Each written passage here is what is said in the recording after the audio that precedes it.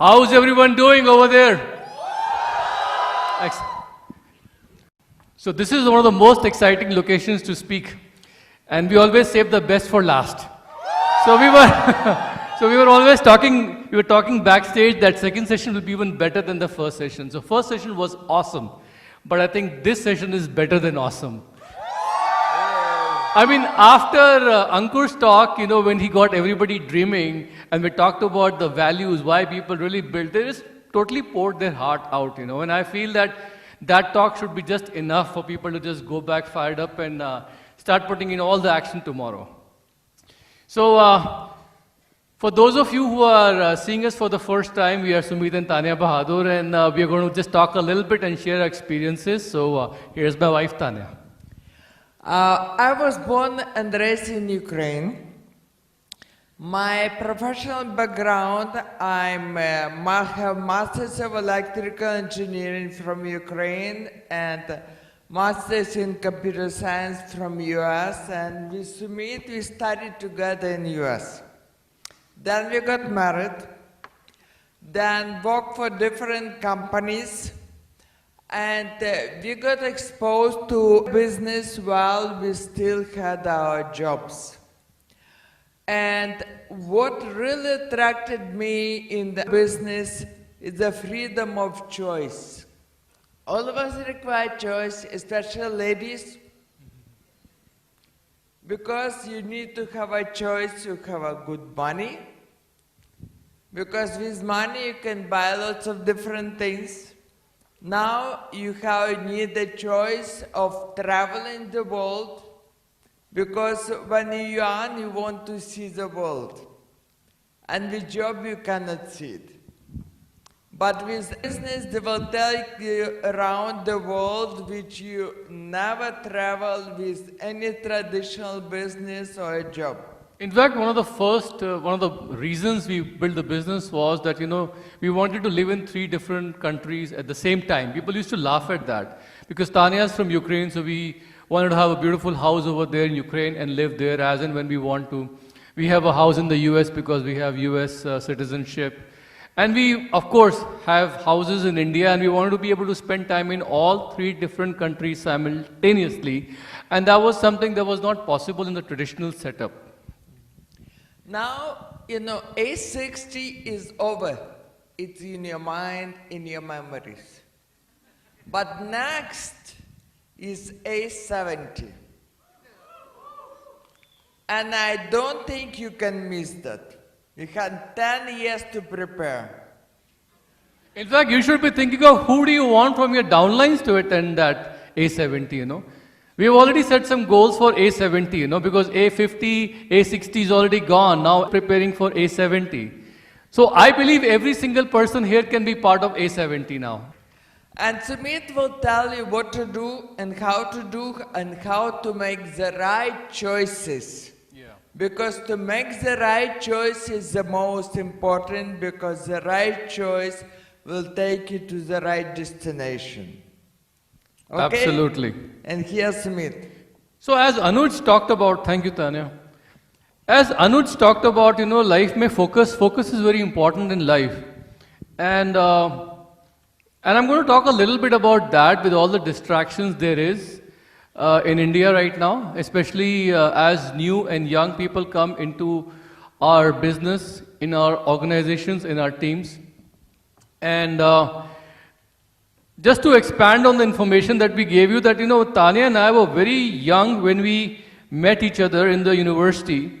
And while we were both studying and, getting our respective degrees, we became very good friends. We were part of a group. and very early on we realized our natures were very similar. We were attracted to each other for the same qualities. We were adventurous.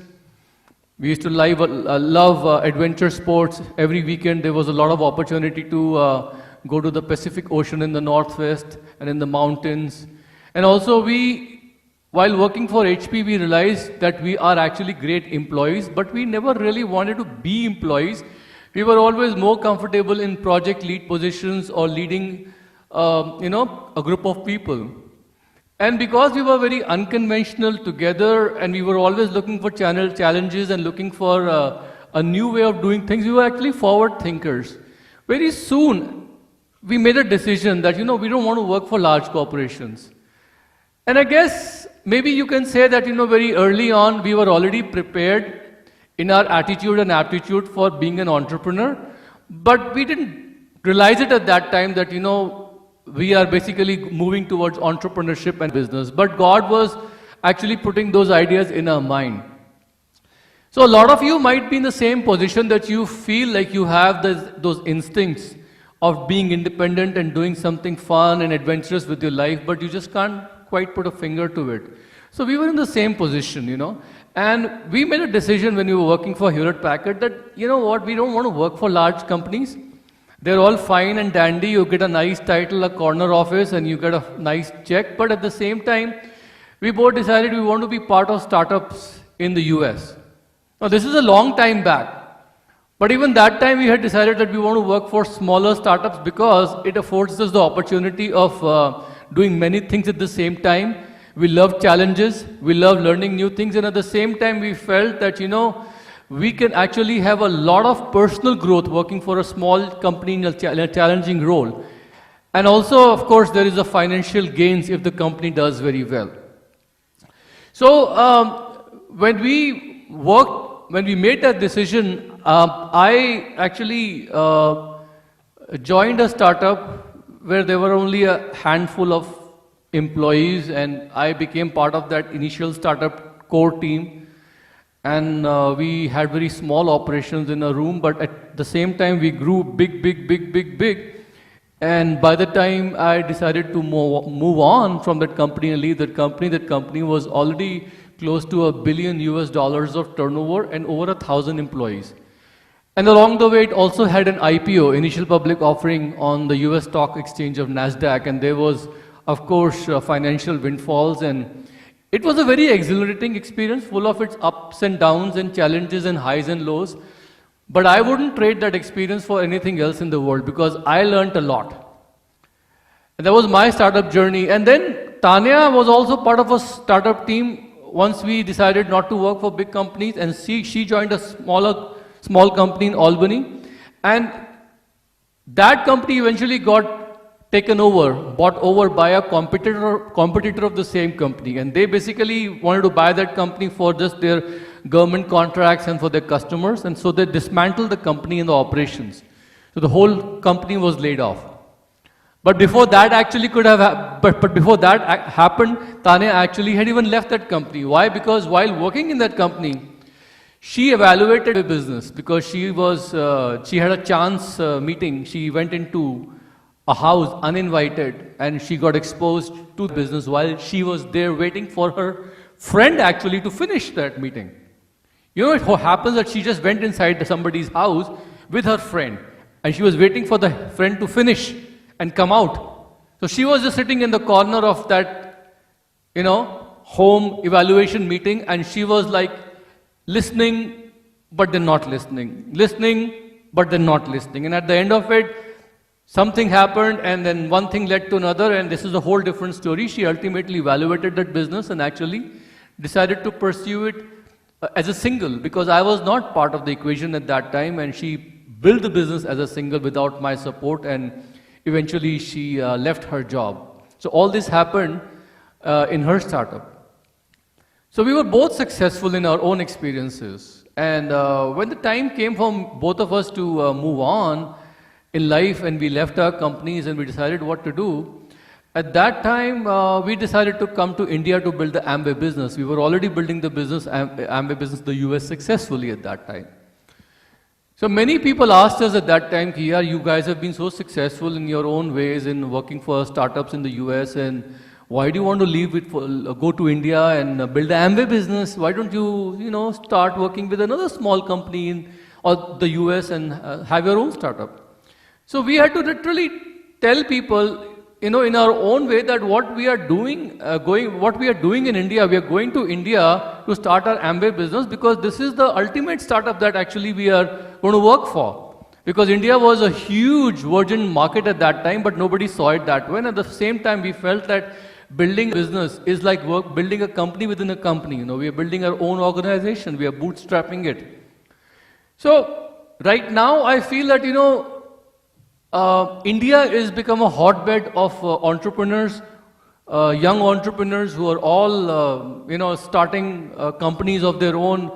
No sooner are they out of the colleges, out of the IIMs or the IITs or any engineering college, or even without those degrees, they all want to start their own companies. And it is sometimes even confusing for new people, like where to focus on, because they feel like they have a better opportunity here, or should they do something else, or what do they do?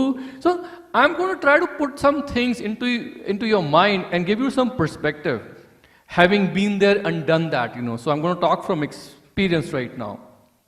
No doubt India is a hotbed of entrepreneurial opportunities in the startup area right now, because of the fact that India has the largest concentration of youth in the world with disposable incomes.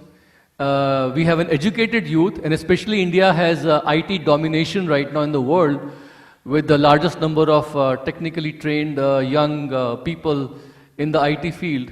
And at the same time, with 76% of mobile and internet penetration, and India being a multicultural, multilingual society, there is a lot of challenges and opportunities here. And companies, startup companies can actually go ahead and bring a lot of solutions. So definitely there is a huge amount of opportunity in India, and there's a startup revolution. No doubt, it makes sense. And this fever is not just in the metro cities, it's also going into smaller and smaller cities. We can go to places like Bhubaneswar, we can go to places like Ahmedabad, and we find the same enthusiasm amongst the young people to start something of their own over there also. In fact, just the other day, one of our friends, who we met, she was telling us that, my young son, who's was working for a very plum investment banking job company in Hong Kong. He's just left his job and he's come to India to start some eco-adventure tourism company with his friends. So we said, okay. And then she said, she's Punjabi, so she said, Munda kuch karda hi nahi hai. That boy doesn't do anything. He just keeps on going on these river rafting trips and Himalayan treks with his friends. And who will give a girl to a boy like that? How will he ever get married, That's what was the mother's worry was, But the boy was hanging loose, having fun, and I'm sure he was making some good money also. But this is how young people function these days. They want to have fun, they want to have experiences, and they don't want that excess baggage in life of a job or a relationship or apartment or a car even sometimes. They just want to hang loose, So there are a lot of stories like that where we find, just the other day, one of our Emerald's son, who was a straight A student in commerce and who actually went and worked on his CA degree while working for his commerce degree. He was working with a big 3 accounting firm in taxes and auditing and was moving on to merger and acquisitions. He left his job from Mumbai and moved back to a tier 2 city and told his mom and dad that, Papa, I want to start my own trading company with some friends of mine. Again, the parents got a shock of their life, ki kya kar raha hai wo? So these kind of experiences are becoming quite common, and we have to accept the reality that this is the way things are with the young people. So as a professional and as a successful entrepreneur and as somebody who's built an Amway business globally, and also as somebody who has had experience working very successfully in a startup, let me just go ahead and give you some perspectives and reasons why people do what they do, and also put Amway in comparison with what's happening in the startup world right now in India. And again, it's up to you all and up to people, to make their own decisions. But this is just what I feel. This is just my opinion. So the reasons why people are actually ditching, like the ones I just mentioned, they're actually ditching the comfort of a regular career and working for startups is number one, because young people feel that in a startup, sky is the limit. They feel that they can go ahead and create something new, and there is an energy and excitement in a startup company, which is missing in a big, boring company and a job which is kind of very mundane. So that energy, excitement, and that feeling of sky being the limit, although this is not true, but this is what still attracts people over there. Second thing that attracts people to a startup is that they feel that, they are the boss. They are not answerable to anyone. They are not answerable to the higher management in a company. They're not answerable to a particular client who's paying their bills and giving the requirements, and they feel like, they get to make their own rules. And that's also what attracts them to start up their own company.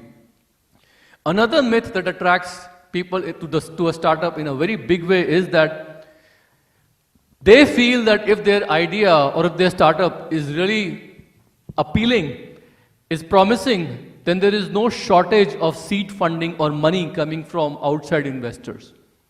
But there is a fallacy to that, because these days, whoever invests money in India, whether the local investors or outside investors, for every rupee that they invest, they want a assured solid return. So it's not as easy as people think that there is unlimited funding out there, but still, this feeling attracts a lot of people to come into the startup world. And many people also feel comfortable starting a new company today, young people, is because there is that feeling of an ecosystem. Because of the media, there is a lot of news in the media that the government is making rules and regulations, and you can open your company, there'll be a mentorship program from the industry body, and there is that feeling that people, that there is an assured guidance system out there, so we are not alone, somebody will be helping us out there. But there is a very big fallacy with that also. This is not entirely true at all, but this feeling is also attracting people because they feel that they can do something with support and guidance of somebody experienced. And last but not the least, why young people start a company is because of the financial gains. They feel that if they can come and start a new company, and if the idea clicks, that company will either become successful, go public, or it will get taken over by a bigger company. So whatever equity they hold in that company will eventually translate into shares in a successful firm, which they can trade for cash or they can earn dividends on that, So the key word is that young people are looking for equity these days. Nobody wants to work for a paycheck or a salary. Everybody wants to work for equity. And they see that financial equity by starting their own company. And they feel that they can actually create a nest egg. Ki salary to mil hi rahi hai, I'm earning a salary, but at the same time I have this huge equity in a company. But that is also a myth. And I'll tell you why, because I have had many experiences with that. It's not entirely true. So it almost becomes, I get a feeling that, it's almost like as if young people are trying to chase a rainbow for that proverbial pot of gold which is supposed to be hidden at the end of a rainbow. There's a saying, chase the rainbow and you'll find a pot of gold at the end of the rainbow. It's not true, they keep chasing these rainbows. Not realizing that, that rainbow, every color in that rainbow is actually equal to or corresponding to some major pain. Every color represents some pain or some sacrifice or the major disappointment you have to make along the way to becoming successful. And people still keep on chasing these rainbows, not realizing that, they're in for a very big disappointment and sacrifice or pain in their life. See, in any startup, three things are extremely important. No matter what industry the startup is in. Could be a tech startup, biotech, but three things are very important. Innovation. You have to have a product that is innovative, different. Second thing is disruption. That you have to actually go ahead and use that product to supply to fulfill a gap in the marketplace where there's a gap between supply and demand. So some disruption has to be caused. And the last thing is that the scalability has to be there, that you cannot just build a startup which is only localized to South Bangalore. That doesn't go beyond that. If your company grows someday, there has to be a model which allows the company to grow from this big to this big to this big, so it has to be scalable. And many people have a problem in all those areas of innovation, of disruption to the marketplace, and scalability. So let's talk a little bit about some of the problems young people are facing these days, or which they are likely to face in the marketplace right now in the startup world. First of all, the cost of starting a company in India, I feel, is way higher compared to other economies in the world. And that is a true fact.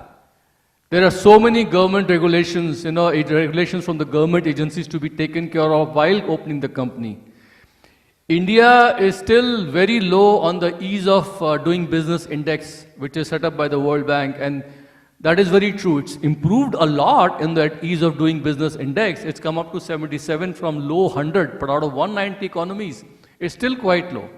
And the only reason India has moved up is because there have been improvements in the area of construction permits and trading permits. But both these things, construction permits and trading permits, have nothing to do with a tech startup, And I'll tell you one more thing. No matter how difficult it is to open a startup in India, when the time comes to close the company, many hurdles are there. Some people literally pluck their hair out while closing the company because in India still, things like intellectual property dispute, resolution of these disputes, labor laws. Labor laws is a big problem while closing the company. People don't realize that. So it's not an easy job to just go ahead and open and close companies if it doesn't work. Still difficult. Number two, getting the money, the seed funding. Also, that myth, I want to break it. Very few startups get to the evaluation of $1 million. When tech companies get startup, when startups are, when they are being formed and when they get some seed funding and when their idea is getting incubated, there is an evaluation process. Very few get to the evaluation of $1 million. And most of the seed funding is basically given to companies which reach the $100 million stage. Then the big investors really come. So the average mediocre startups, what do they have to do when they don't get any funding? They basically have to borrow money from the relatives, family members, like a begging bowl. And most of them basically work from home, just maxing their credit cards all the time and paying interest to the credit cards. And that is very bad. That's kind of dangerous, And while people are in this process of trying to max out their credit cards or trying to get funding, what happens is this, that whatever little cash they have, when the company is getting incubated, when the company is becoming operational, there is a term called burn rate, which means that the company in the initial stages consumes cash so fast, that the company is hyperventilating on cash. The cash comes, goes, cash comes, goes, because they don't know how to manage it, and that is the time when actually many of the founders of the companies also give up on the idea, says ki nahi baba, we put 10, 20, 30 lakhs, 50 lakhs, 1 crore, and it's just going like water. We don't want to go ahead, and many of them they just drop the idea of the startup like a hot potato. That is the real problem when they reach that stage of burn rate. And when companies reach this stage that their operations become unsustainable in the early stages, idea is good, operations become unsustainable because the cash is burning so fast. This is when the companies and the founders of those startups, they go into a pre-sell mode. Pre-sell mode means ki whatever the product they have is not even ready. Forget about selling the product. They go pre-selling the product, which means they start selling it before it's even ready. Many people complain, Amway is all about sales and marketing. Boss, when you start a company, you are not even doing sales and marketing, you are pre-selling your product. हमने बहुत किया है. When we were in the startup mode in the US, when we were starting the company, we sold a lot of stuff. Any person who was willing to give us money for any product, we would just go and pitch in some new stuff to him, thinking they will give us the money. And there is a joke also about this. You know what's the difference between a liar and a software salesman? What's the difference between a liar and a software salesman? A liar at least knows when he's lying. But the software salesman doesn't know when he's lying yet. बहुत बार होता है ऐसा, we are in a pre-sell mode, we need that vital cash with a capital C, so we just go out and sell stuff. ये भी करेगा, ये भी करेगा, ये भी करेगा. The software will do everything, the app will do everything, and then we used to come and scratch our heads, can we do it or not? And if we can't do it, then we used to worry how to go and tell them. So this pre-selling happens a lot. Why? Because they want to sustain the company. And I'll tell you one thing, in business there's actually less of sales and marketing than in startups, especially tech startups, So while the founders of the company or the startup members of the company are doing all this pre-selling and trying to keep the company floating by going into a hard sell mode, what happens is this, that innovation suffers big time. Because the people who want to be creative, they are forced to sell their ideas at an early stage, and they start bowing under market pressure. So instead of focusing on the domain knowledge, they're actually trying to get something to the market so fast that the quality actually suffers. In fact, most of the startup companies deliver products which are substandard initially, hoping that somebody will like it and they will get the money, and then they can slowly improve things as they go along. And this happens a lot. There is a successful mentor, we have BWW system, the offline mentor is coaching and guiding you. But the biggest problem with startups is that, the person who's assigned to be your daddy or your angel investor, most of the time, they start managing and controlling things so much that instead of accelerating growth, they actually decelerate the growth.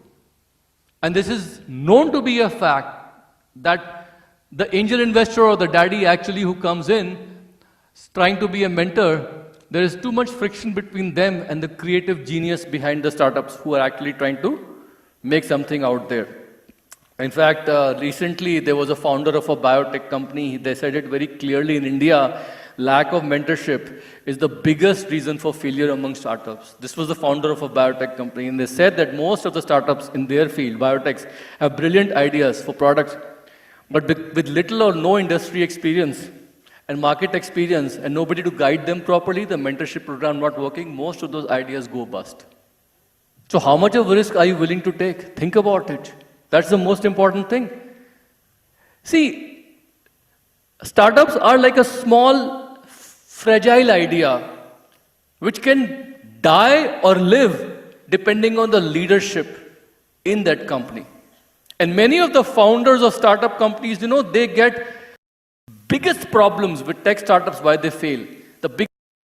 You are actually using your upline's resources to go ahead and build your business in the growing stages, so you can piggyback with them to become profitable very internet, So you just need to have one device in your hand and you can actually expand your business anywhere in India. If you have been trained and coached and guided properly, you can actually become a very good asset. You develop the right skill sets, the right mindset that you can actually go ahead and market your business opportunity and market your products anywhere you go. So your business becomes portable, your business becomes scalable. And I feel that, with no employees to hire, sometimes people tell me, oh, your business must be very small, you are working from home. And I tell them, boss, small number of employees is no indication of a turnover. I always tell them that when WhatsApp company got purchased by Facebook for $15 billion, they only had 55 employees, So there's no indicator how big your company is, I don't brag about my turnover and Tanya's turnover, how big we do, but we always tell them, so what if we work from a small home office, That's enough, more than enough. We love that freedom. We love the fact that, we don't have to carry any inventory. Most of the startup companies have difficulty being lean and agile only for the reason that they have to depend on people to carry inventory, or they themselves have to carry inventory. And it's difficult for them to react to market forces. And we have no problem with Amway business. We can just drop ship products, we can service people, we don't have to carry anything. So, all of this basically translates to one thing, the freedom. In business, you have the freedom of money and time and lovely relationships, which gives you a lifestyle which very few multimillionaires even have. Like Pratima was talking about the fact that the wife of a billionaire in India cannot enjoy tea with her husband so freely in Beverly Hills as she did. And that is very, very true. This is a fact. That our business has that unattainable freedom, that lure of an unattainable freedom after a certain point that no tech company, no startup company can ever give you. And guys, ultimately, I'll tell you the kind of family values we talked about now, it's for real. Some of the stories that we hear in the tabloids about how other billionaires, they start behaving funny, with their relationships and everything. It doesn't happen in our business. We have strong family units. We have loving families. We have great time with each other. We feel very safe in this environment. So what I would suggest to you guys is this, that look, go ahead and make your decisions. This business may be for you, may not be for you, but this business has something which nothing else even begins to offer. And that's called the freedom to go ahead and live your life, create your lifestyle, curate your life the way you want to with the values you put in. And this journey is going to be fantastic, and we all welcome you into our family, and we all basically want to be there and clap to come on the stage one of these days. Love you very much, talk to you soon, and all the best.